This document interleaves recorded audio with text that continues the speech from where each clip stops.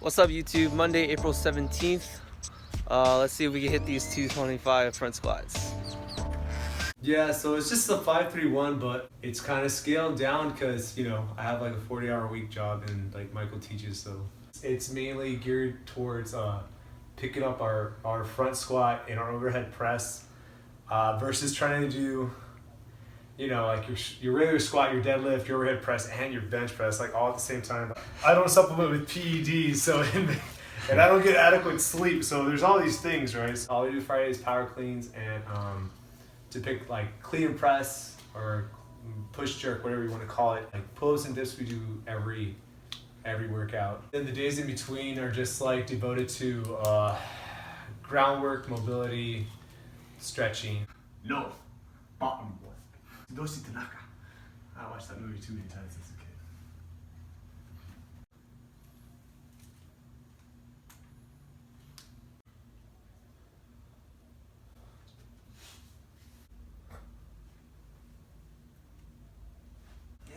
Yay, yata! Alright, so pros and cons of lifting. So a pro is that, well, it makes you stronger. Another pro is that it also helps with injury prevention. However, if you are kind of like if you're not careful in the gym, then you can injure yourself in the gym as well. And people tend to overdo it too quickly, right? Yeah, so like you need to, like, if you're weight training for just overall strength and health, like you want to think about getting your gains over the span of like a couple of years versus, trying to put, like, oh, I'm gonna add 30 pounds to my bench or my squat in like a month and a half or 2 months. That's just ridiculous. I mean, unless you're using stuff, like it's just, even if you are, once you get to a higher level, it's difficult. As far as flexibility, shouldn't affect your flexibility at all. It really shouldn't. As long as you make stretching at least when you work out, like do something moderate. So you have to stretch like continuously. You can't do martial arts and not be limber. I mean, you can. It's not a healthy idea. So I mean, like I stretch every time after I lift. Every time I stretch, and sometimes I stretch like in between my lifting. Now, if you don't do that and you lift consistently and you don't make stretching also a priority, then Yeah, it feels like your muscles mold to that specific movement you're doing with the lift, right? So that's why it can feel tight. That's why you gotta like be extra vigilant on stretching those. Yeah, and groups. there's sometimes, like, if you look at some training methods, some people will tell you actually to do that, because like if you're looking to try to get over a particular hump, like you can't get over this one rep max. Some people will have you lift. I've done stuff like that where you lift, like you squat every day for like, I don't know, like 3 weeks or some nonsense like that, like varying the rep range, but then it's like you don't stretch at all because you want that tightness and rigidity to help you over your hump. Yeah, framework for it, right? Exactly. Yeah. So I mean, it's just a trade-off. It depends on what you're using it for. But yeah, I mean, as long as you're stretching on the regular, it shouldn't be a problem. How about speed and weightlifting? Speed decreases with your size. Like, it doesn't necessarily have to. And again, it goes back to like what you're training. Like, because that's why we include like a lot of like those explosive Olympic lifts, because it kind of helps maintain that quick, fast twitch. Yeah.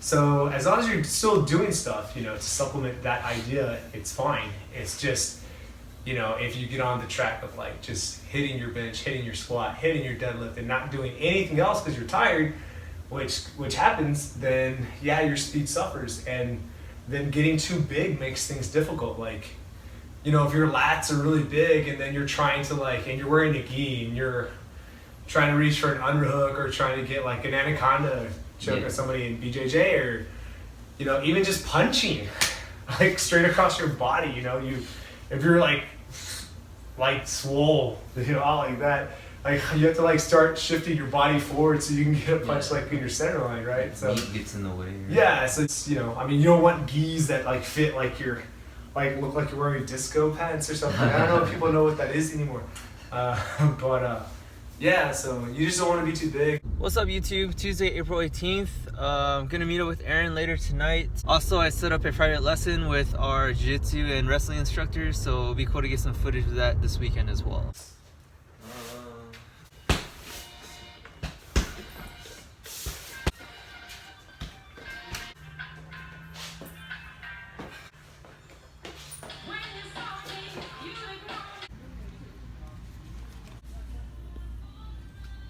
Hey YouTube, Thursday, April 20th. So I just showed a clip of one of those annoying bouncy balls that you find at Walmart's. Well, what I'm trying to do is make an Atlas stone out of it so that we can rep out some stone carries. That kind of has had a resurgence nowadays from sports such as CrossFit and functional weightlifting.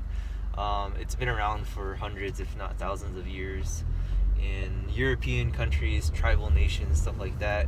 I know the Pacific Islanders used to carry rocks underwater as a way to condition themselves. I'm shooting for 80 to 120 pounds, something that's like not super easy, not super hard, but something that won't just be sitting there because it was too heavy to pick up. You also probably saw me pick up some flip-flops, some sandals.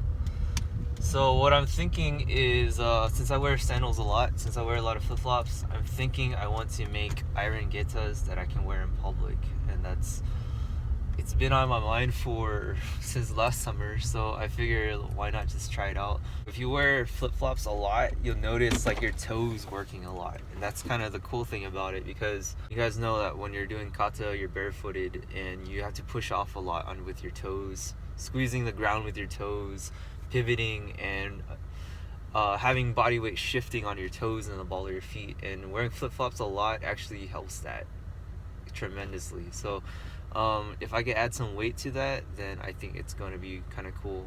I'm not sure if you guys seen this, but this is a comic book of Okinawan masters, and if you scroll through this, you'll see two masters that competed on rock carrying. They raised 40 kilogram stones around 20 times, but no one won. So yeah, carrying rocks has been around for a very long time. So here's what I'm thinking. I have these new flip-flops I just bought from Walmart. I made sure I didn't have holes on the bottom, that little tab there, so that this is pretty sturdy. And I also have these that I got from a long time ago, like 8 of them. So I'm gonna see if I can put 4 of these through each sandal. So what I'm gonna do is, you see that white line? I'll probably figure out a way to drill slots out of it and stick it all the way through.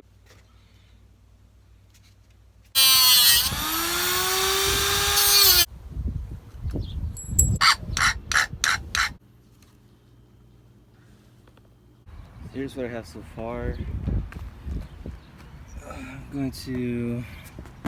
I dug a hole, put this in. Now I'm gonna cut a hole in this, put cement in there, let it dry for a few days.